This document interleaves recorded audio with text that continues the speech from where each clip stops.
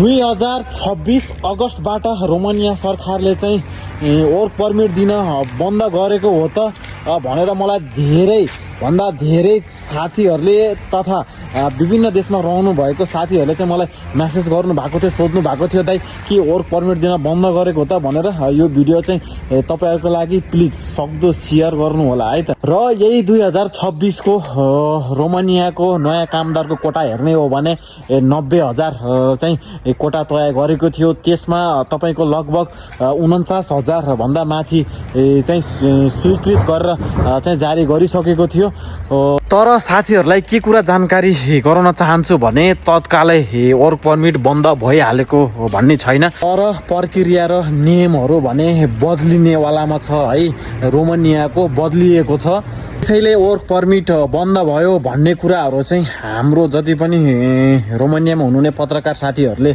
चाहिँ भन्नुभएको मात्र हुनसक्छ है, गलत चाहिँ भन्नुभएको हुनसक्छ।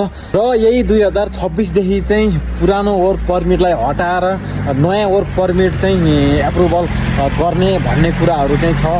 चिन्तामा लिएर बसिरहनु भएको छ भने तपाईहरु नलिनु होला है, त्यस्तो केही पनि हुनेवालामा छैन। अलिकति चेन्ज भएको हो, पुरानो वर्क पर्मिटहरूलाई उ गरेर बन्द गरेर अहिले नयाँबाट चाहिँ आएको वर्क इन रोमानिया .government.romania भन्ने मार्फत चाहिँ आउन लागेको डिजिटल मार्फत। सो त्यस कारणले गर्दाखेरि तपाईहरुले आत्तिनु पर्ने त्यस्तो केही पनि हुँदैन, टेन्सन नलिनु होला है त।